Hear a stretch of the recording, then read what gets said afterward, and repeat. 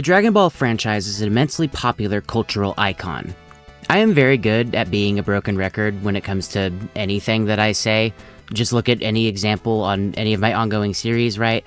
I'm gonna opt to repeat myself again. I don't need to introduce Dragon Ball because odds are you know what it is. You've seen Goku's goofy mug enough times to know where he comes from and know what makes his franchise so important. This franchise has been around for almost 40 years. I don't think I need to say anything more here. So unless you've actually been living under a rock, well, scratch that actually. Unless you're an ancient human who has just woken up from their, couple thousand-year-long ice nap and also figured out how to speak, English just now, you're probably the only person who doesn't know what Dragon Ball is. Honestly. Games, we are the game.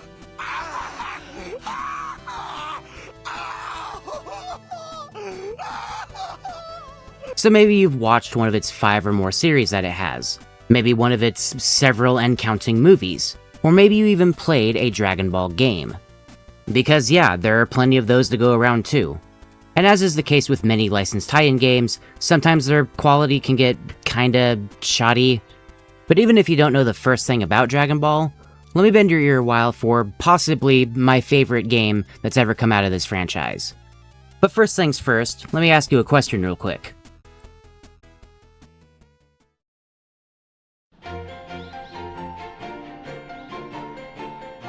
Attention, all proud warriors! Have you ever considered joining Time Patrol? Dragon Ball Xenoverse is a game series within the wider Dragon Ball franchise that comprises a lot of moving parts. Way too many, honestly. And that goes for better and for worse. With a series as big as Dragon Ball, go figure, there are a lot of names on this thing. And to help jump into this video as soon as possible, I'm going to try and define the kind of genre this game is, so bear with me for a sec. Both of the current Dragon Ball Xenoverse games comprise some part fighting game, kinda, some part MMO or online RPG, kinda, and also some part proper action RPG, again, kinda. Just imagine giant asterisks over all of these descriptions because this game is pretty strange. We're only going to be talking about Dragon Ball Xenoverse 2 in this video today, and I'm just gonna shorten it to Xenoverse 2 because the full title is a mouthful. But the reason we're only talking about the second game here is because the first game is largely forgotten by this point, and the second game is kinda just a straight upgrade in every conceivable way anyway. I don't know everything that there is to know about Dragon Ball necessarily, so if I get something wrong, don't be too mad at me, I'm trying my best, I promise. But the Xenoverse series acts as the single largest catalyst to why I like Dragon Ball so much in the first place. And with any luck, even if you've never seen anything Dragon Ball related, by the end of this thing, hopefully you can feel the same way, or at least something similar.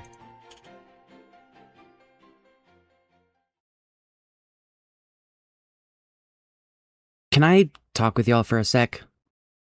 I need to do something different with the start of this video, something that I haven't really done before and is gonna be pretty out of order to how I typically make videos. For the first time ever, we're gonna start off with Patreon shoutouts. If you would like to join the Patreon starting at $1 a month, doing so will give you access to things like exclusive sneak peeks and early releases to videos. Members of this Patreon will also always get their name shouted out at the end of these videos, or the beginning, I guess, for this instance. So as always, a very special thank you to Stefan, Ari, and Pineapple Man for your wonderful contributions. And I don't think I can thank any of y'all enough. This project is a tribute, not only to Akira Toriyama, who has not only impacted the minds of so many Dragon Ball fans, winning over their hearts in turn with the art that he created, but this is also a tribute to a late best friend of mine. I don't want to immediately start this video off by just trauma dumping to you all, because, well, there's a bunch of reasons for not wanting to do that, right? While the space for that moment will come in this video, I also need to be really careful here because I've never been in this situation before. I don't use the term best friend very lightly. Many of my own friends know that that is possibly the highest honor I could give somebody.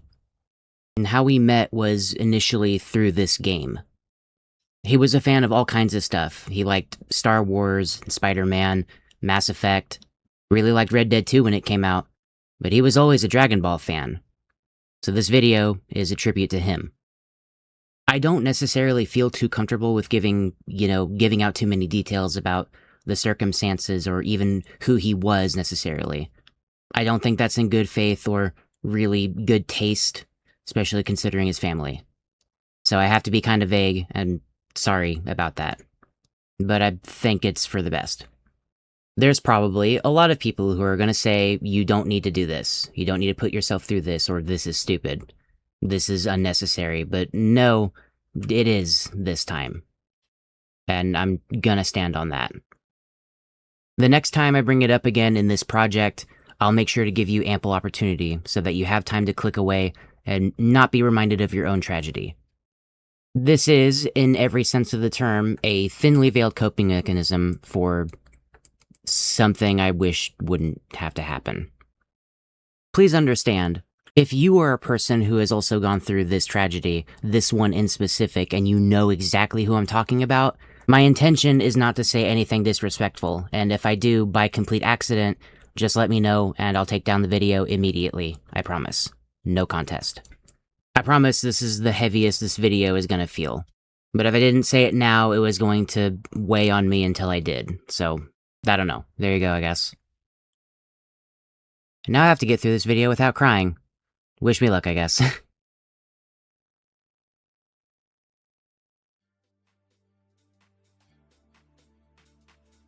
Xenoverse 2 starts off with a lot of cutscenes that don't make a whole lot of sense, and without any real warning, you're immediately thrust into a character creator. This is overwhelming, but let's break it down real simple like.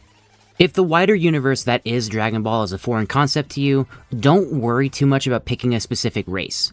If you think one looks or sounds cool, then just go with that one. I will say, because this is a Dragon Ball game, creation is skewed pretty hard into the Saiyan direction, because if you want to go things like Super Saiyan Blue, Blue Evolution, other things you may or may not know about, the Saiyans have a lot of transformations, and yeah, that means that there's a lot of Saiyans running around in this game. Again, go figure, Dragon Ball game. Stat min-maxing is even determined by what gender you pick as well, so just something to keep in mind. Let's just run through the races real quick here. Majins are tanky and boast high defense. Saiyans deal a bunch of damage practically across the board. Earthlings are balanced and pretty easy to use.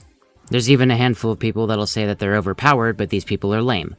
Namekians boast high health, health regeneration when their health is low, and another, very important resource, high stamina, which as a blanket statement mostly determines your defensive capabilities.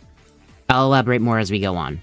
Finally, the Frieza race is fast for whatever that's worth, but they also hit pretty hard. I'd say they're on par with Saiyans, just with less transformations. Now I've gone back and forth between picking both humans and Namekians whenever I play any of the Xenoverse games, but to get the tried and true Dragon Ball experience, and to give you a better first impression, we're gonna go with Saiyan here. There are plenty of other things that change depending on what race you pick that go beyond just the stats that they have, so if you feel like you're missing out by not picking a specific race, just make another one and level them up real quick. The game gives you a ton of character slots, so experimentation is kinda warranted, in all honesty.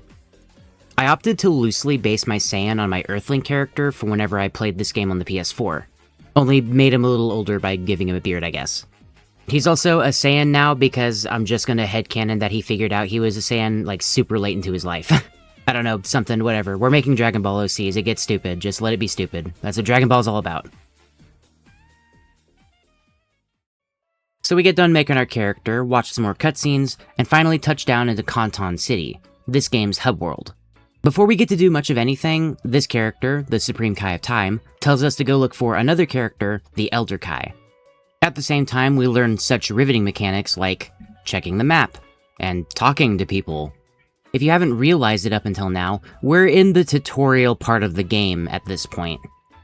And for some reason, every time you make a new character, you have to replay this tutorial segment every time you create a new OC, and I don't know why.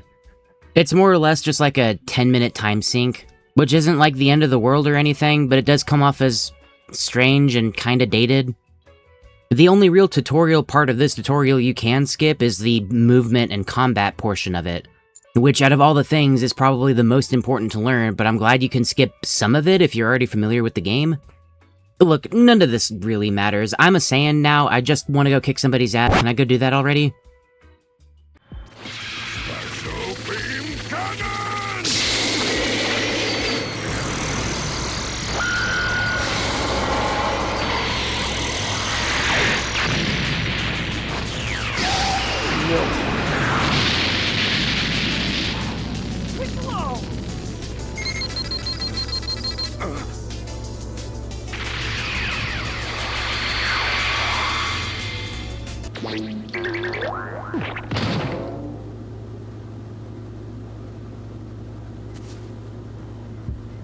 So let's explain what's actually going on here. Xenoverse 2 has you going through the main events of the Dragon Ball series, starting with the beginning of Dragon Ball Z, and if you're playing the base game, reaching until the beginning of Dragon Ball Super.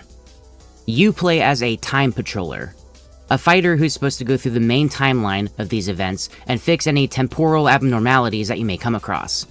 This can range from things like characters appearing in places where they shouldn't be, the villain completely dodging a normally lethal attack, or even entire characters appearing in a different timeline.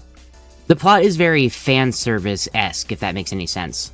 Even the best Dragon Ball games have you going through the main events of the main series, and there really isn't anything different being done here other than, you know, just catering to the fans, basically. But I mean, it's kinda cool. If you're familiar with the source material, you would wonder things like, I wonder what would happen if Raditz did dodge that special beam cannon. Nothing good, I can tell you what, but at the same time, Goku is supposed to already be holding Raditz so that he also dies and starts off the whole running along Snake Way thing against Kaioken. Dragon Ball lore, it's a whole thing, right? Let's go ahead and start talking about combat because you're going to be doing a lot of that in this game. I mean, hey, what can I say? Dragon Ball has a lot of fighting in it.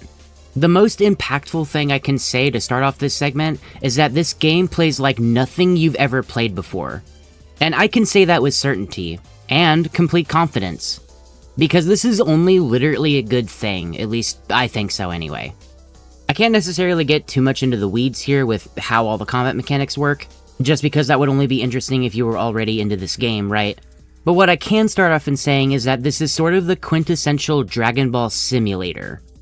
If you've ever seen that one fan-made project where it was like made on, I think, Unreal Engine or something like that, has you flying around stuff and there's like level geometry you can break by throwing a Kamehameha at something, that's cool, but it also doesn't have the budget that a Dragon Ball property would have properly, right? So hey, what if it did? Well, here you go, it's Xenoverse, and Xenoverse 2 specifically. You can fly around, throw light attacks, throw heavy attacks, there's a block button, a grab button, and holding down right trigger will bring up an attack palette. Basically think signature moves of Dragon Ball characters. That's where you'll find things like Destructo Disc or Kamehameha. These consume a resource known as Ki. For the fighting game fans, think of this as basically your super meter. Giving damage or taking damage will raise your Ki meter, and depending on what move you'll use will consume the Ki in order to, use the attack. This is thankfully pretty simple. Most supers will only use one Ki bar, thankfully. There are a couple that use two. But ultimates, which is what happens when you press both of the triggers down and then select a face button, use anywhere from 3 to 5 key bars. Ultimates can consist of moves like Piccolo's Special Beam Cannon, Goku's Spirit Bomb, you can throw out a Super Kamehameha if you want to, Vegeta's Final Flash, there's a lot of them. And just with this mechanic alone, there's kind of a lot going on with the game already in terms of what it asks for the player to do. Which is certainly surprising, especially coming from a licensed tie-in game. I am a fan, in case you couldn't tell. There certainly is more to talk about, but let's wrap up this fight real quick. We take care of Raditz and then we are gone like the wind.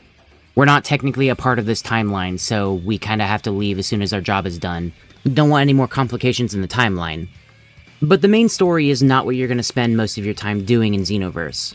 This game has a ridiculous amount of side content, to the point where I don't even think you could count it as just like a side mission or anything. What exactly am I getting at here?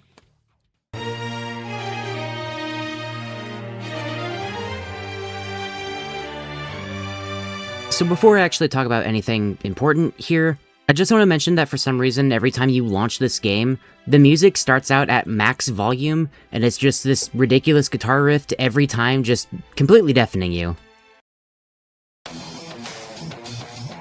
Why is this such a weirdly consistent thing for Bandai Namco games? Souls players, where you at? You know what I'm talking about. So what exactly takes most of your time in this game? Well, that would be the side quests, or side missions, whatever you want to call them. The game calls these parallel quests.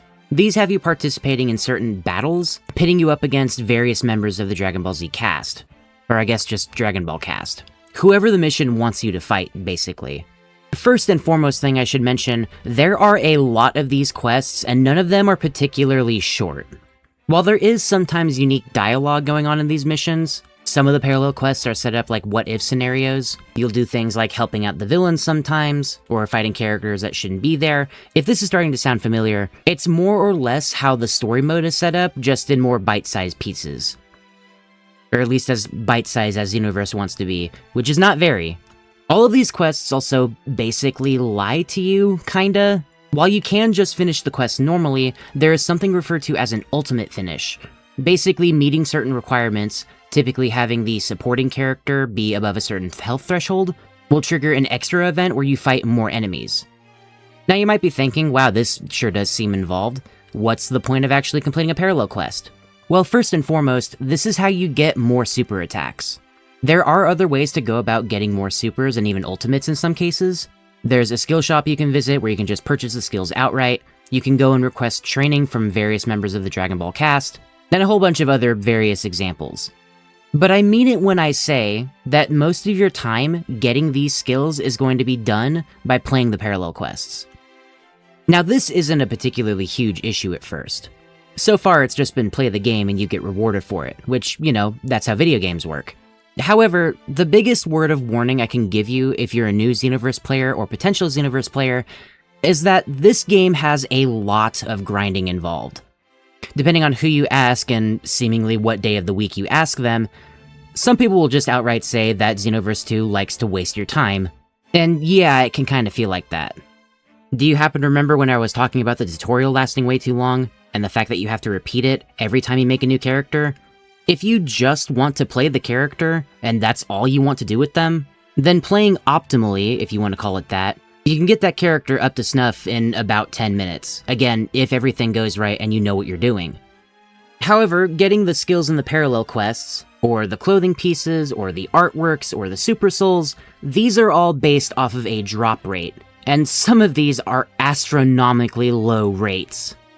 It might be a little too early to start complaining about the problems Xenoverse has, but I feel like starting off with this point here and now gives you a better idea of what potential problems you're going to face if you are indeed a new player of Xenoverse. So here's what I'm going to tell you. I am adamant in stating that you do not need to be a fan of Dragon Ball to enjoy this game. If anything, if you end up liking what you see in the game, it might actually just make you a Dragon Ball fan. I say that because it worked for me. This is what happened to me. This is why I'm a Dragon Ball fan. It's because of this game. The first game, technically, but still. The only thing working in Xenoverse's favor at this point is that because of how weirdly this game plays and controls, there is a lot of room to grow because most people will never play a game like this. There's no equivalent to any of its mechanics or its gameplay style. So if the combat isn't clicking with you, or you're not making substantial gains in gameplay improvement, then you're gonna start feeling the strain, and quicker than most, probably. Now, I mean, on the bright side, at least there's a lot to do in this game. Even if you're just playing the original 70 parallel quests, no one skill is thankfully bad on its own, unless otherwise stated to be basically a joke move, and there's not even all that many of those. There are, of course, some moves that are flashier than others, especially if you're talking about some of the DLC moves, but we're not ready for the DLC discussion yet. That's gonna get its own segment in this thing. The sheer amount of equipable skills in Xenoverse also has its own problem. The descriptions really don't do these moves proper justice. Not to say that they're like poorly translated or anything, more so it's just innately hard to track or remember what these moves look like or how you're supposed to use them.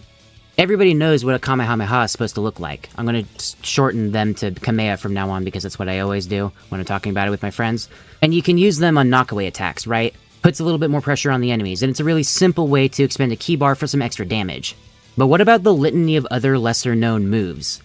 Would it be so difficult to put in some sort of like demo movie on the left side of the screen or right side of the screen or something, showing what the move looks like? I feel like a visual element to the moves before you even equip them would be a much better way to go about this. With any luck, maybe a Xenoverse 3 potentially rectifies this issue. However, we're in the present right now. We're playing Xenoverse 2, and I want to talk about something kinda silly here. If you've never seen this game before, one of your first thoughts is probably something along the lines of, man, there sure isn't that much Super Saiyan going on in this Dragon Ball video game. And that's because you kinda have to earn it. Even if you pick a Saiyan, you're not able to go Super Saiyan yet. But in the meantime, there are other transformations we can use. One of the earliest parallel quests, and so far the only parallel quest that actually will give you a transformation, will net you Kaioken. Again, a chance at getting Kaioken. Kaioken! Which, I mean, Kaioken is pretty cool, especially if you're, only using it for the early game, but I mean, hey, I still use it, sometimes depending on what build I'm going for. That's not the silly thing I was trying to bring up, though.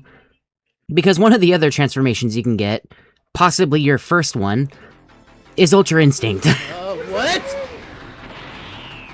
Oh shit! Wait! Wait! Wait! Oh my god. Yep.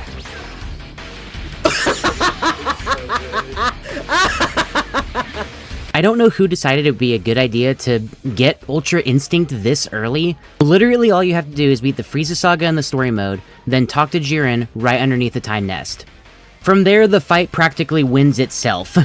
Side note, I love how it colors the beard if you opt to have one on your character. And if it's not been evident enough already, yeah, Xenoverse has a lot of combat in it. So let's go ahead and start talking about the combat mechanics.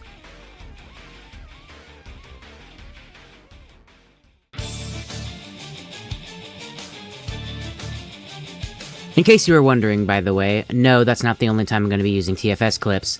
I'm not sorry. So I'm going to do us both a favor here and just sort of say that if you've played a fighting game before, then just expect all the mechanics a fighting game would normally have.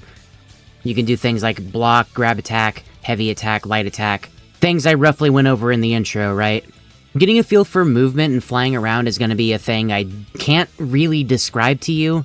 You're just going to have to play the game to figure out whether or not you like moving around in this game.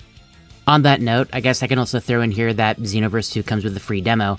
I haven't played it myself, I don't know how much it gives you in terms of what you can use, how long you can play for, but I don't know, maybe just give it a shot if this seems vaguely interesting. Anyways, here we go, cool stuff. You might be surprised to hear that the name of this game here is Resource Management above everything else. You need Ki in order to use your super attacks, obviously. You need to be above 1 HP so that you don't lose the fight, obviously. But our third resource, arguably the most important, is Stamina. As I alluded to whenever I was talking about the Namekian race, this is, I think, the most important stat in the game to build. Anytime you're hit with a physical, normal attack that does not come from a super, you can press the A button in order to vanish behind the opponent. This will consume 2 stamina bars, and in turn, ensure that you will not take any more damage from that enemy's combo. Keep in mind that the minimum stamina the game allows you to have is 3 stamina bars, which means you get 1 vanish and 1 evasive move, and that's it. Stamina management is possibly the most important discipline you can learn when playing Xenoverse, and I don't use the term discipline lightly. It's often better to just take a full combo from an enemy so that you don't completely screw yourself over with no stamina left. Because being stuck at less than 2 bars is obviously a bad thing. Don't really have any way to defend yourself, right? But what's worse is that if you're playing online, a human opponent can opt to do what's called a stamina break on you. Flicking the stick up or towards your opponent will result in the target hit no longer having stamina for the entire length of their stamina bar. So, while I do say it's an important resource, you don't necessarily want a stupidly high stamina bar either. And no, trust me, I get it, this is a lot of information to take in. If it doesn't make sense, that's fine, just understand that there's a surprising amount of wrinkles with this game and its combat system, which is a good thing, because it's all you're going to be doing in this game. If it's not talking with NPCs or build crafting so you can facilitate the combat, then really I don't know what else you would be doing in Xenoverse. So I'll opt to repeat myself again. If the combat just isn't clicking for you, in any way, shape, or form, this is not going to be the game for you. Everybody, when they first pick up this game, has a lot of room to grow. This game plays in a very unorthodox manner, and I think that does work to its benefit. If you end up sticking around for long enough, you might even be able to whip out a really cool combo, kinda like this one.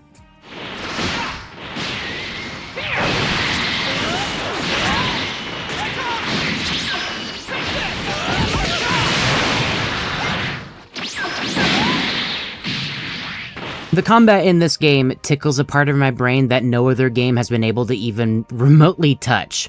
And I came up with this in like 10 minutes, I think, because I knew how these attacks worked. I knew where the enemy would be when the attack ends. And by stringing these moves together like a Ruth Goldberg machine, you might just achieve a level of satisfaction that no other game will even get close to. Like, no, I'm serious, there's something about this combat system that just works for me. The depth and width and breadth of this combat is just so wildly involved. Pretty good for a licensed video game, yeah? And this doesn't just stop at the combat or moment-to-moment gameplay either, because build crafting and setting up your skills and everything is arguably just as in-depth. You can spend skill points to increase your ki damage, your strike damage, your basic attacks, your health, your stamina, and your ki. How much of any of those do you want? That's completely up to you.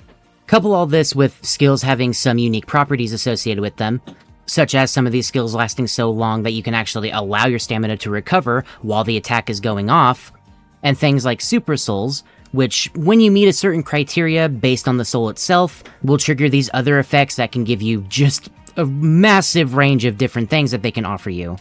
If you break somebody's stamina, they remain broken for longer. Use a transformation, now you start auto-healing. Complete a mission, there's might be like a 10% chance that you get 7 times the normal XP amount. Oh, did I forget to mention that there's like, I don't know, 7 different transformations you can put on as well? I mentioned before that Saiyans in specific have a ton of transformations. They can go Super Saiyan, they have variants on Super Saiyan like Future Super Saiyan and Super Vegeta, Super Saiyan God, Super Saiyan Blue Evolution, but every race also has their own unique transformation they can access as well. Your mileage on the race-specific transformations are gonna vary, obviously, because they do all kinds of weird stuff that I don't have time to really get into, I'm gonna be honest. But even going past that, at the current time of recording, there are 4, count 'em, 4 transformations that work with every race. Arguably, my favorite part about all of the transformations is that they all have a drawback. So you do need to very carefully consider what you want on your character. Super Saiyan may seem like a no-brainer, up until you consider that your on-hit ki regeneration gets pretty nuked if you're in Super Saiyan 3, 1 and 2 as well. So good luck using any of your supers, or even an ultimate, while you're in Super Saiyan 3. You need to prepare for something like that, have it as a sort of burst damage option. Hell yeah. Kaioken obviously has a lot of drawbacks because, for one, it constantly drains your stamina.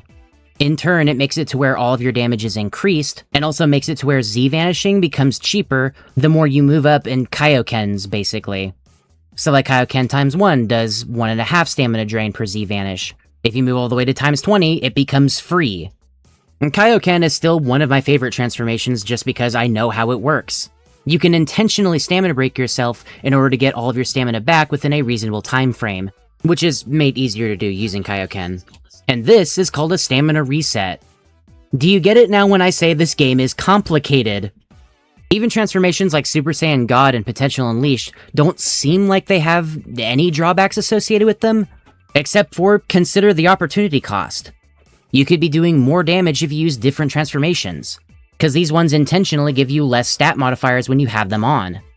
And while I think all of this is great, I'll concede in the fact that I wish all of these numbers were, like, said anywhere, because there are, like, percentage values associated with each and every one of these transformations. It's just the game doesn't tell you for any reason. That, and then also it can get kinda complicated if you've never used a transformation before or you're not familiar with them. But I am sort of repeating what I've already said with the skill introduction a minute ago. This game needs to be more transparent with what you're given, what you have access to. Not the end of the world, but I mean, there is a pretty big wall obfuscating new players from the information they probably would like to know before they jump into something. If the most important rule in Xenoverse is resource management, the second most important rule would probably be something like familiarize yourself with the game. Familiarity is king, or queen, I guess. I don't know, hierarchies. Knowing how moves work, what they're gonna do, what the enemy has, all of this stuff is important. But I can safely say it's secondary to being able to control your character correctly, and knowing what all they're capable of. At least it's very Dragon Ball to constantly feel like you're getting better and improving. In many ways, I think it hammers home my earlier point of this game being a Dragon Ball simulator. You don't start out very capable, you don't really know what you're doing, you can barely fly or Z-vanish, and then before long, with enough hours sunk into this game, this giant scary game, you do in fact look like you're participating in true Dragon Ball fights. Dan, I mean, what's not to love about that? Like, really? I guess you could just not like Dragon Ball, but if that were the case, why are you still here? In other battle-related features, not only do you have things like parallel quests and story missions, but you can also participate in raids or expert missions. These are, by and large, the same thing, mostly. Most important difference is that raids are server-wide experiences, or events, and expert missions are individually tracked on a per-character basis. And describing these battles as raids is pretty apt, I think. Long story short, you're only fighting one enemy, technically, when you're participating in these missions.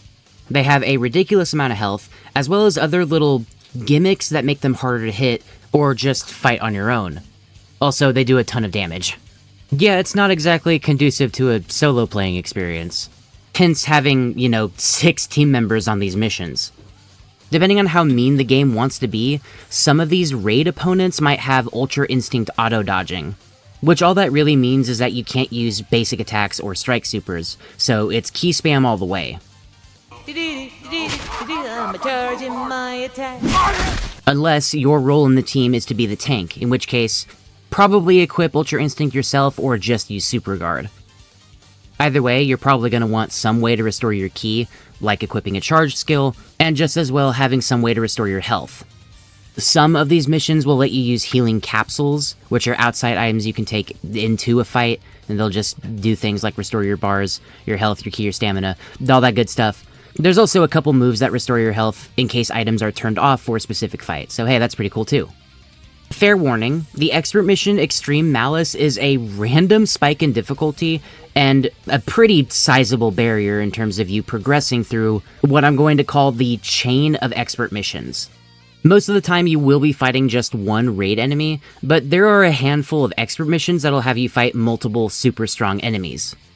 They like to give these opponents certain moves that just completely wipe your team if nobody's paying attention. Peeler Storm and Marbling Drop both haunt my dreams. On top of that, the other things they can do, throwing out a gigantic Ki Blast. This move is largely downtime incarnate. You can grab onto it, which consumes ki and stops it from hitting the floor. If it does, it hits the whole team. Don't let it do that. But if you want to do big damage to it, use your supers and use your ultimates.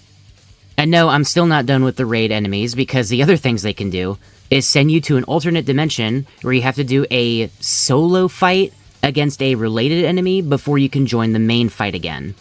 In turn, spending more of your resources, especially if, something happens and you're just not good at fighting that opponent. Also, sometimes these guys can mind control you, which does exactly what you think it does. Practically just before my hiatus of this game as well, they added a type of raid mission where you actually play as the raid boss. This is the only time you can use the raid boss exclusive moves. Yeah, all those crazy, wide-sweeping, hit-the-whole-team moves, your player character can use them as well, but only in these missions because you are the raid boss here. And with my earlier comparison of calling this a MMO kinda, there absolutely needs to be more games that have you playing as the raid boss. You don't really get anything, cool out of it necessarily, other than the experience, which, hey, again, nothing else quite like it, so I'll take it. If you would instead prefer to fight enemies on a more even playing ground, though, there is a proper PvP mode. You can do your standard 1v1s, both ranked and unranked. You can decide to limit certain things, like turning off Super Souls, having levels be in effect or not be in effect, so everyone's on the same playing field. And you can even increase the player limit to be 3 per team. So if you want, you can have a role in your team, such as a healer or a key spammer at range or something. Or you can just sort of mosh pit in the center. There's fun in the chaos of that too. PvP is obviously where your experience playing Xenoverse is gonna be the most important. Human players are always going to be more intelligent than the NPCs, unless the NPC characters have hacks or something. There's also something else I'm neglecting to mention about PvP, but I'm going to save that until the next segment. Computer-controlled characters will never do things like transform or stamina break you, so expect to lose your first couple of PvP fights, probably, because it's quite the shock to your system. If you want some PvP and some PvE, you also got cross versus. Fight NPC enemies, get strong enough to fight the boss, or challenge the opposing team in their area. Notably, you can't select the ultimate attack that you get when you're going into a cross versus match. You have to find them somewhere. It's often that the ultimates you find in cross versus will also be a part of a DLC pack as well, which means it's about the only time you can use a DLC move if you do not own that DLC, or otherwise just discover something that you would rather have on your character and actually own. I don't think this mode is all that popular though, which kinda sucks, but it is always a part of the daily missions for extra TP medals, so it is worth doing at least once, and especially if you're playing early game and you want some TP medals for the TP medal shop. There are also some events that are based off of a schedule that Bandai Namco likes to put out sometimes as well. You can participate in player versus player tournaments themed around a certain arc of Dragon Ball Z or Dragon Ball Super.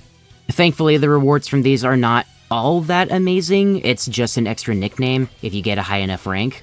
But some of the selectable characters for these events have completely unique moves or variants to their moves that don't appear anywhere else. The other notable event, aside from the tournaments and the raids, is also Frieza literally invading Kanton City. To blast through this as quick as possible, you just fight members of the Frieza Force. They can give you unique clothing whenever you defeat them. I do like that despite how dire this particular event seems, you can just opt to not participate because all of the opponents are flying in the air. If you get within aggro range, they'll chase you down, and they are pretty fast, so they will catch up with you if they see you. But if you don't want any part of it, then just stay on the ground and go about your day. And yeah, okay, I think that's the bulk of everything I wanted to talk about in terms of the different modes and stuff. There are others, trust me, I get it. I'm sure somebody will say it in the comments, right? Which ones I'm missing. But with this, I think you get the gist, and I'm just gonna keep it at that. Just to repeat myself again, I hope you like fighting and/or Dragon Ball. And considering everything I just talked about, hopefully the point is hammered home. Simultaneously, there is both a lot to do in this game, and only really one thing. So an important question to bring up now, I think, would be... Wait, hold on, I forgot one little game mode that nobody likes playing. Hero Coliseum. People of Kanton City! Oh god, why? Oh no, the voices are back. I'm just gonna get through this as quick as possible. The Hero Coliseum is a weird, tabletop board game simulator thing that is very inspired by a different Dragon Ball game property, being Dragon Ball Heroes. No, not that one. No, not that one. I'm not a very big fan of it, and most people aren't. Basically, as soon as it got unveiled, it died within the same week it was showed off, so... I'm sure it still has its fans, but there aren't many of them, I'm willing to bet. And that's kind of all I have to say. If you wanted me to talk more about Hero Coliseum, sorry, but I don't like it. Play it yourself. Xenoverse 2 is a really big game, but is it too big? If we're talking about just the base game, there are 100 parallel quests, over 250 customizable moves, and around 80 selectable characters. Some of these numbers I threw out have been mostly just guesstimations on my part, because nobody's actually cared to put the numbers anywhere. This is a lot of video game for a vanilla video game experience. Overwhelming? Yeah, sure, I mean definitely. But I mean if you like the game, you can't say there isn't stuff to do. Barring my comparisons to this being some form of an MMO, instance-based MMO or online RPG, whatever you want to call it, the game also has DLC, which currently, if you get every single one of them, would double the size of all of these numbers. More skills, more PQs, more characters to pick from, and even whole story expansions too. Just how many DLC expansions does this game have, you might be wondering? A lot! So, tearing down the veil a little bit here, I have been a player of Xenoverse 2 since the game came out, originally back in 2016. I played the first game very early on, was initially hooked by its weird gameplay style, you know, all that good stuff. But bear in mind that this game has been very steadily chugging along for almost 10 years. There are actual true online experiences that wish they could keep going for that long. Now, if you're thinking about the general size of this game, this is, like many things in Xenoverse 2, kind of a mixed bag. Here's the first, not-so-obvious problem. Xenoverse 2's vanilla story experience lasts only until you fight Frieza. Golden Frieza specifically, so we're dealing with the beginning of Dragon Ball Super. There has been a lot more Dragon Ball content since that time, obviously. So if you're wondering certain things like, oh, why can't I play as Goku Black? Why can't I play as Ultra Instinct Goku? Where's Jiren? Where's, Dragon Ball Super Broly? Those all do exist, you just have to pay extra for them. Red flag! Now, if you enjoy Xenoverse 2 enough to only get 1 or 2 DLCs, this is made far less of a problem. You can opt to get your favorite characters and or what skills they have, and then just basically call it done. The base game itself costs $20, at least at the time of writing, which, when you think about it, is kind of a steal. Most of the DLCs cost about $10, maybe a little bit more depending on how much they want to charge it for. But which DLC do you even pick?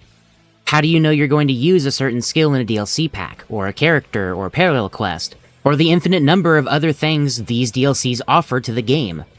Well, see, you kinda don't unless you look really hard. I feel like this is intentional. Basic information like which characters exist in a DLC pack, obviously it says it on the tin. All you need to do is use your eyes. But what about the skills? Do you even get a story expansion with this DLC? Well, you have to look in the description for that. How do you know the skills are going to work for your build for any of your characters? You don't unless you look on the wiki. And none of this would be a particularly big issue up until you consider the sheer amount of paid expansions this game has. Xenoverse 2's DLC is its own absolutely titanic can of worms. So let's run an experiment real quick. How much, at full price, would the entire game plus all of its DLC cost? Why don't we run some numbers real quick? Let's opt to omit DLC packs like the Anime Music Pack, which only gives you some extra battle tracks, and if you really care to include them, just look them up on YouTube while you're fighting, and the Time Patroller Support Pack, which just gives you some consumable items. So absolute worst case scenario, with nothing being on sale, the grand total for every DLC pack is $166. Is that also a red flag? Crimson. Considering you needed to buy Xenoverse 2 in the first place, let's go ahead and throw on $20 extra here. So $186 is our current final total, and I'm willing to bet they're going to make more DLC as this game goes on. This number is ridiculous, obviously, even for the worst possible online service video game. Now, if you're thinking my math doesn't quite add up right, you might be correct, honestly. Because the information included in these packs and pack sets are so obfuscated that you might end up buying the wrong thing on accident. And obviously, the cynicism in me is saying that they did this on purpose, as a scummy business tactic. If you wanted the entirety of the Goku Black arc, then you buy the Super Pack set, which is $30 as opposed to the $40 it would normally cost. But that DLC pack set is thrown in the middle of a giant list of other DLCs, including its constituent parts. Obviously, I have a problem with this. Considering my history talking about games with microtransactions in them, no, I don't like any of this. Please don't pay attention to how I've bought over half the DLCs. Let me explain real quick. You could ask just about anybody. I do not normally wail the out on a game this hard. I've never done it for any other game ever in my life. I'm going to say that I just happen to like Xenoverse 2 a lot. You might call it Stockholm Syndrome. I think there's room for both answers there. And look, I'm not going to sit here and tell you what you can and can't spend your money on. But just word of warning, do as I say and not as I do. If you're not totally sold on Dragon Ball Xenoverse 2, then just don't get any of the DLCs. This is a lot of money. Like, way too much money. To help sweeten the deal a little bit, I guess, both the base game and the DLCs go on sale all the time. There's usually at least one expansion that's always on sale, usually being half off. Now, you might be thinking something along the lines of, oh man, I can't go Ultra Instinct unless I buy the Ultra Instinct DLC pack. Except for, no, here's the thing, that's a part of the vanilla game as a free update that came out with that DLC, which isn't stated anywhere other than when it first becomes available to you as a player of Xenoverse 2. So you can get the transformation without necessarily owning UI Goku. And this is not the only time this has happened either. To my knowledge, there's never been an instance where you've ever needed to pay for a transformation skill at all in this game, which certainly is nice. Many of them do require some pretty hard work on your part to even be able to get, but I mean, hey, it's free, and that's not so bad. I have my own tinfoil hat theory on this whole thing too. Because the free update would always come out on the same day as a DLC, I'm wondering if it was there to sort of make the DLC seem like it's more worth it. Because again, the level of necessary information to know what you're actually buying just isn't there. It's not up to snuff, like at all. And again, I'll admit, this is a weirdly cynical point for me to have in any case. At the end of the day, free is still free, and that's nice. Especially if you're a new player who wants to experience the new things in Dragon Ball. Maybe you're not super familiar with this giant series and you've only seen the most recent stuff. Of course you want to play with the most recent thing that you've seen out of a series you only just now enjoy. But here's the other thing I wanted to talk about. Look, I know how YouTube works, right? At least to some extent. I sincerely doubt that unless you've recently tried Xenoverse, you wouldn't have gotten this video in your recommended or however you found it, unless you were already pretty knee-deep into this game. You, on some level, consider yourself to be a Xenoverse veteran. And I think you know where I'm going with this. We need to pick apart the very question that has been asked by just about everybody who's ever played this game. When is Xenoverse 3? This game has seen support for almost 10 years, but only really on the monetary side of it. I'm not going to sit here and bring up things like game balance or whatever. Certain moves or abilities or strategies are just stronger than others. Balance was never a question, not since this game came out. That I can make peace with personally, right? Far less excusable are the often neglected things, like this game's netcode. Why is it still so laggy? Why do my hits not register? Why do they basically never connect just because the game didn't feel like it? Why did Windows 11 break matchmaking for this game, making you unavailable to join players that are, playing on Windows 10? And why is the PlayStation and PC versions of this game so riddled with modders that will just ruin your experience, especially in PvP? I could go on, in all honesty, but I think you get the point. This game has problems, a lot of inexcusable problems. And it seems like nobody's rushing to necessarily fix anything. I know it wasn't always like this. We've had netcode rollback before in earlier updates. They went and reworked 100 of the base game skills, literally giving them a new lease on life in some cases. And that's not even to mention that the game did have better moderation. Not to say that modders were never a problem, they always were, but it used to be better before. Xenoverse has always had its ups and downs. The same people who say the game has changed, for better or for worse, will also sit there and tell you that the game has stagnated. And as paradoxical as that sounds, I don't really find any more accurate way to describe it. The game's story mode has always been just kind of whatever, the general consensus being that it's just kind of boring, honestly. With a franchise this big, you could have done crazier stuff with the story events, introducing characters in places where they shouldn't be, and really the story just doesn't take advantage of that, unless you're talking about the DLC, which they suddenly grew a brain cell and decided to do that for some reason. The gameplay of the DLC story chapters comes with a whole host of changes that I do think are for the better, which tells me that they can learn from their mistakes. Sometimes when you're fighting your opponent, they'll have this thing happen where their health will just lock up in a certain position, and regardless of how much damage you do to them, it doesn't decrease anymore. Which is super annoying because you basically have to just hear them yap until they get done and you're allowed to play the game again. At least it's only an issue that happens in story mode, I guess. There's no option for skipping dialogue or anything, so yeah, you just kinda have to sit there. All while making sure your own health doesn't decrease because odds are there's another fight coming up and you don't get the option to heal during these fights.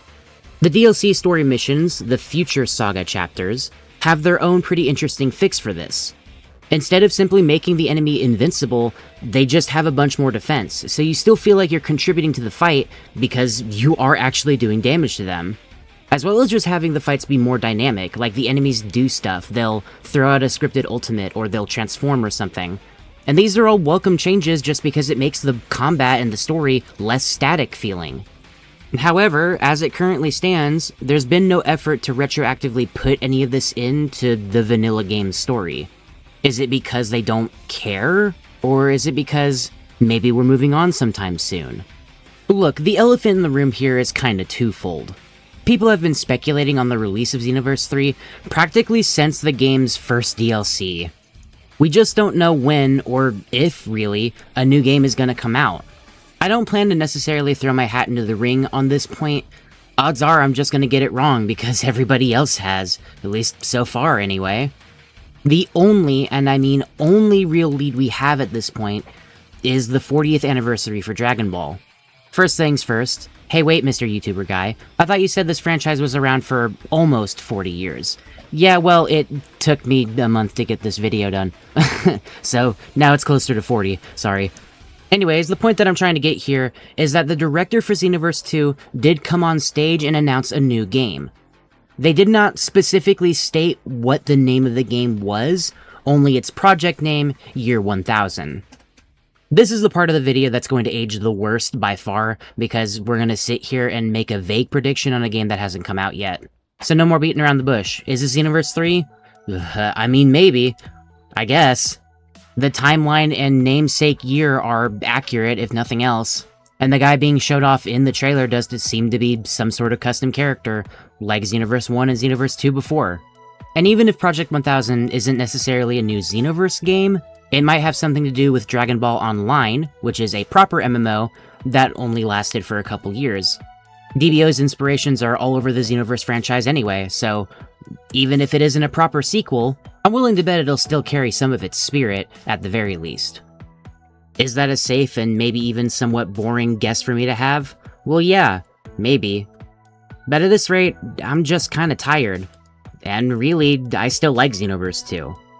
Yeah, I mean, despite all of the shit that I've given this game, I still enjoy playing it. I didn't buy all the DLC just because I have spare money, it's because I want the new stuff. I want to see what happens next in Future Saga, and despite the many problems this game has, I still think it's worth playing. Really, I think the most MMO aspect about Xenoverse is sort of the love-hate relationship it has with its fans, or vice versa, I guess. If you've played any game that regards itself as an online service, I know you've had days where you've said, I just really don't feel like doing this, or why are they making the game like this? Why did they do this change? And Xenoverse has plenty of those, which I think is very on-brand for an MMO experience. Even still, you're still playing the game, right? Maybe you gave up at some point, maybe you're done with it, maybe you're just looking at this video because you said, I wonder if it's gotten any better. To answer that question, no it hasn't, but there are still plenty of people playing this game. Even after 10 years, there's an average of about 1,000 people playing at any given time. Those numbers could certainly look healthier, and they fluctuate quite a bit depending on what releases. But I know for me, I got addicted all over again. It was weirdly comfortable and familiar to me to go back to this game and start from scratch again. I had fun, is what I'm saying. And I guess I still do, despite everything. And I think I'm beginning to realize I wouldn't have it any other way. We're about to wrap this thing up finally. But before I do that, let's end off with a little bit of a thought experiment. If you are among the group of people who consider themselves to be Xenoverse veterans, then consider a thought that I've been having for the better part of like 2 or 3 years at this point. What if Xenoverse 2 was free to play?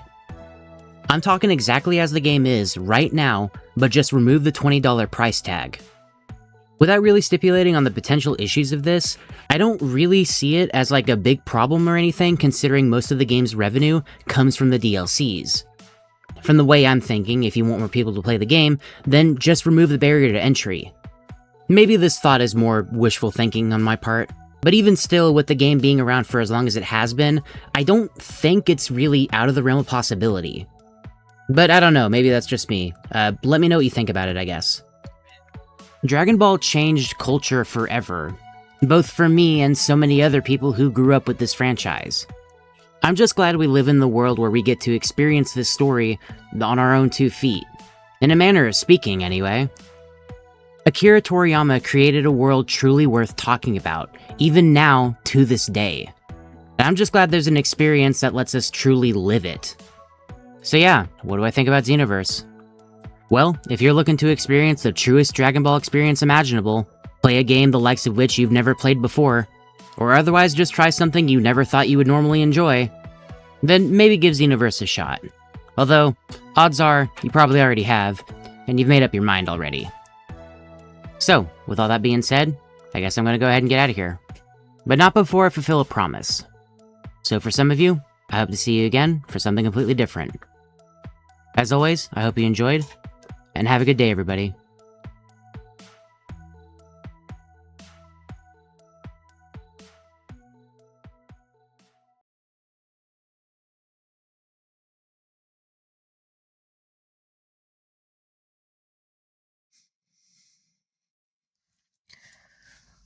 Okay, so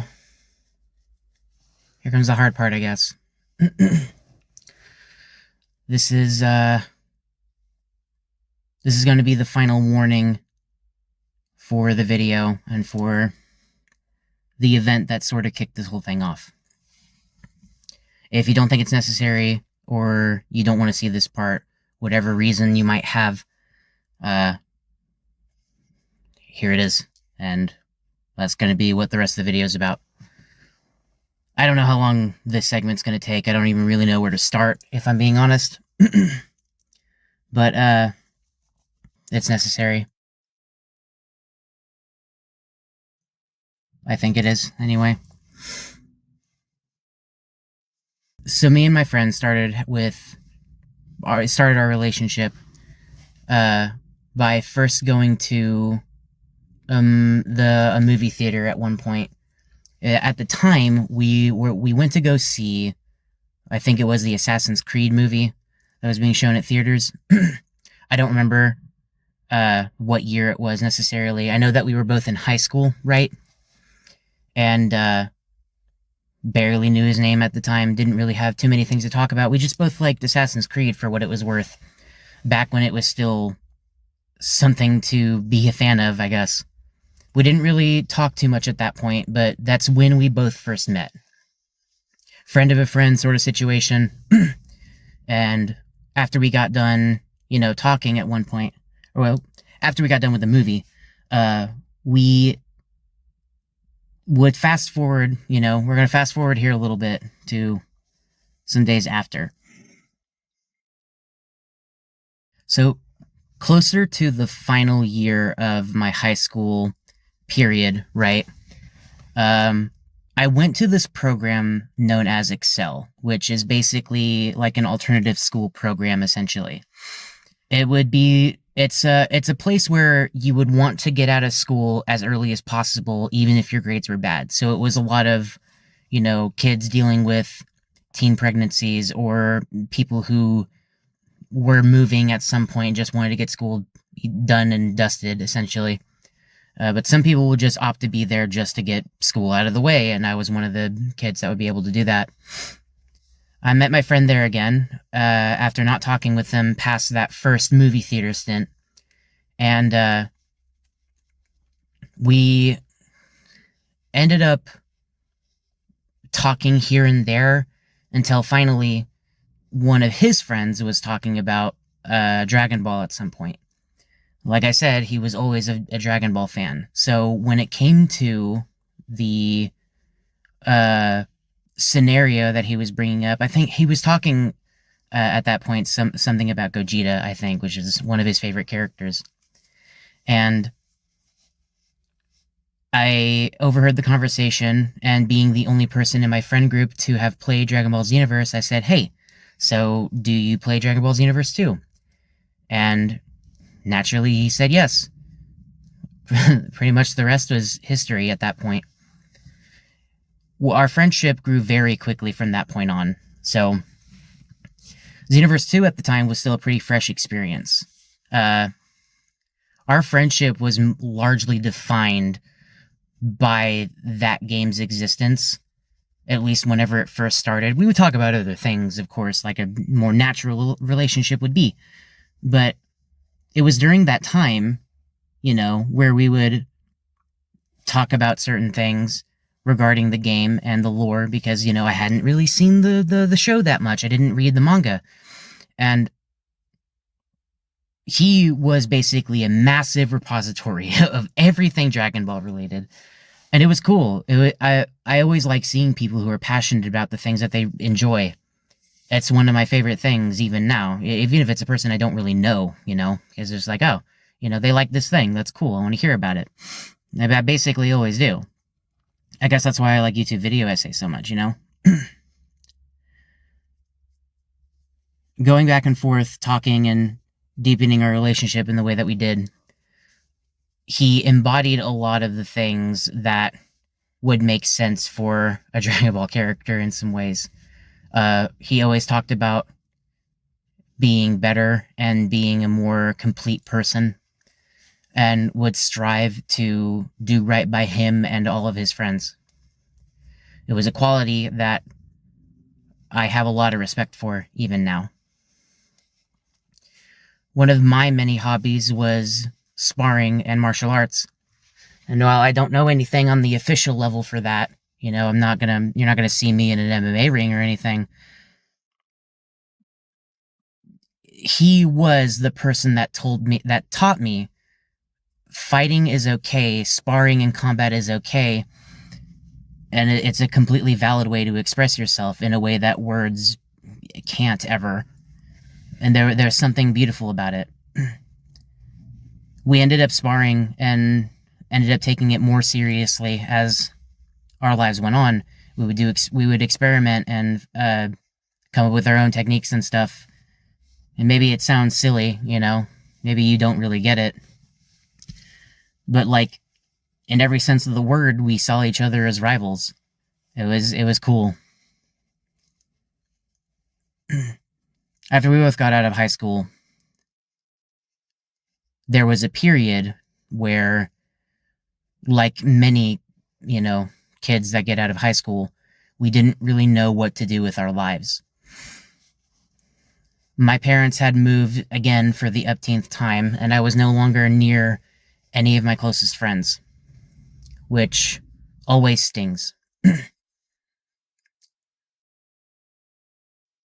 We had the ability now, as young adults, to make plans and start focusing on what we really wanted out of life.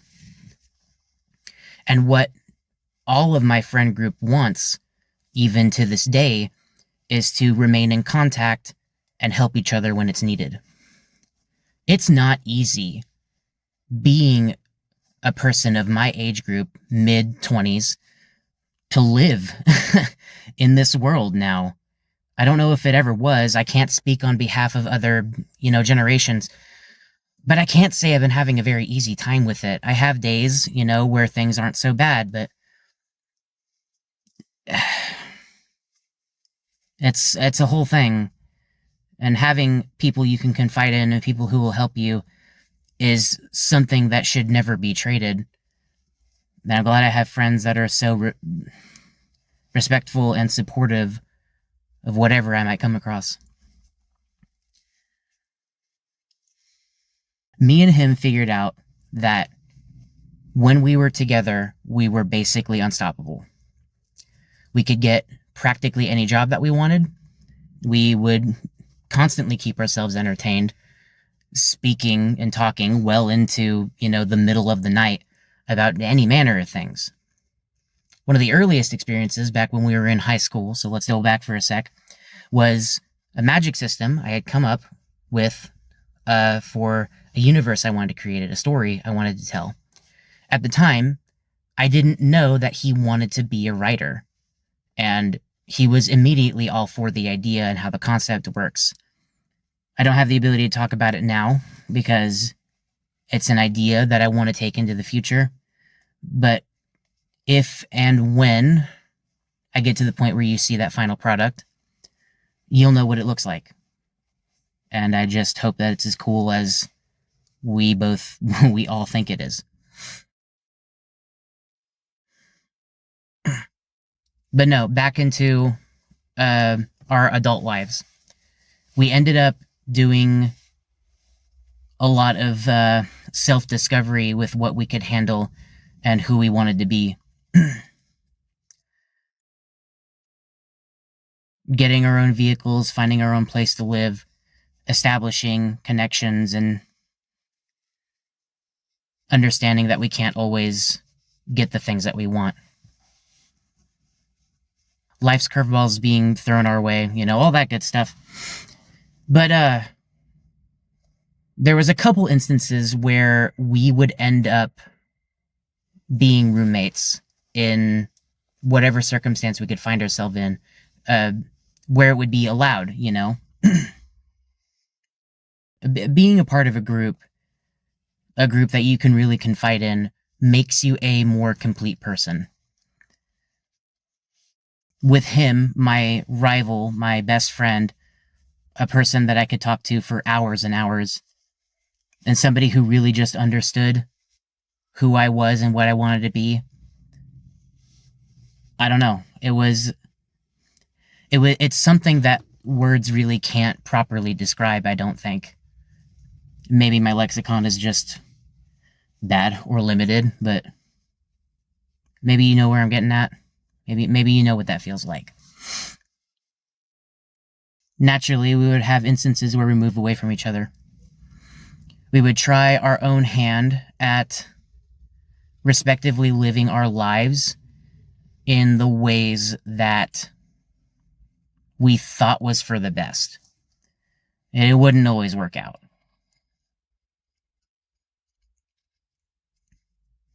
The most recent time we separated is where I guess we are in the present now. So, at one point, he's jumping around from house to house, trying to find a place to get himself situated, trying to find a job to make things work, and it's, as hard as you expect it to be. And one day, in the middle of staying with his parents again, he figured out he was a type 1 diabetic at 25 years old. Which is ridiculous. Because the disease that is type 1 diabetes, its other name is juvenile diabetes. I don't know how that was possible for him to be what is essentially a closeted juvenile diabetic well into his adult life. The craziest thing on the planet. He handled it well for a little while, but his situation acts as a reminder that life can be extremely cruel.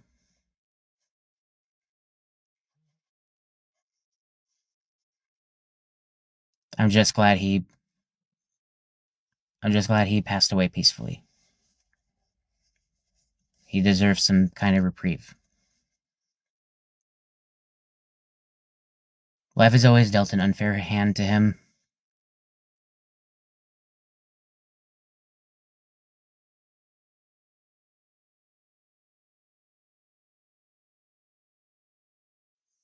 And it's just, I don't know. Despite all our attempts to make everything better, there are just some things even a group of people can't fix. How do you maintain and manage your blood sugar when you're floating around jobless and homeless for most of your life? Most of your adult life until something happens, For me, it's how could I not hold up a mirror to that sort of thing? The same thing could happen to me, and that part by itself scares me too.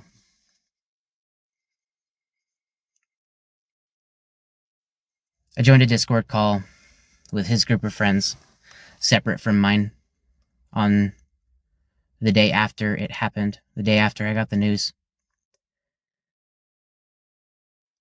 And the consensus that we all reached was it didn't feel real.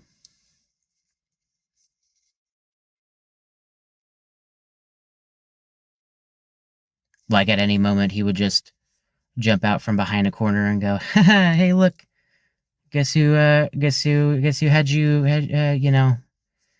whatever."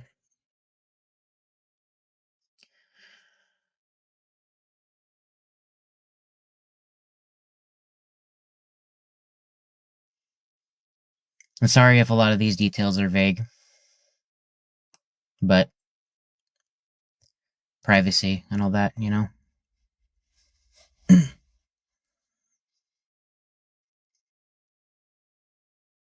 On that day, I lost a rival, an ally I could confide in, and a best friend.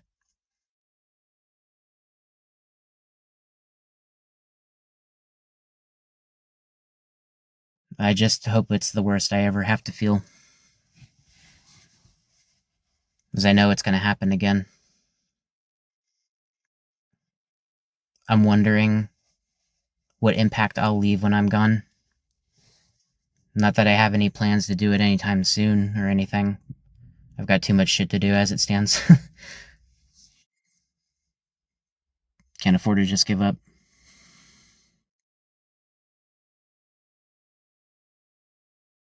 Not that that would be fair to anybody. He had a profound impact on all of our lives with the stories he wanted to tell and the lessons he learned in his own life. An infinite wellspring of knowledge and wisdom,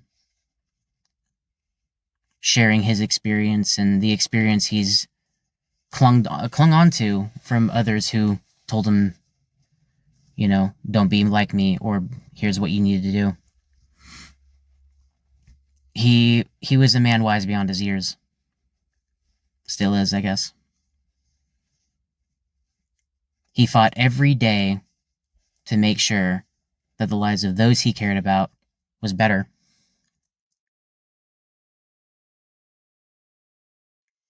Even if that meant making sure his life was okay, he was okay with where he was, just so that other people didn't have to worry. There's a strength in that I can't help but respect.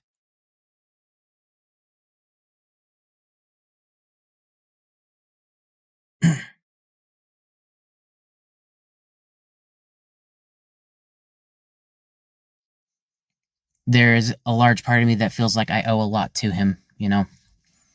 The discovery that combat was okay, that sparring and expressing yourself through martial arts was a appropriate way to express yourself. He's the reason I'm with my girlfriend right now. He taught me that who I am is enough.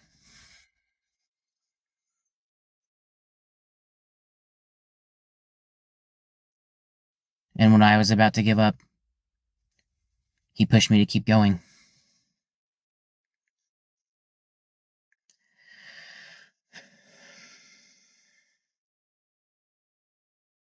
For all those reasons, even if our time was somewhat short compared to others, I will never forget him. And I'll keep going for him.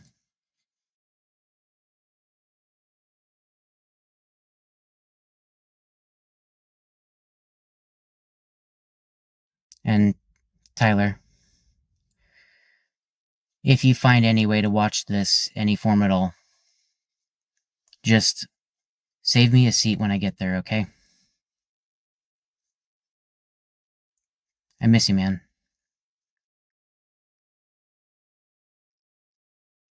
And thank you for everything.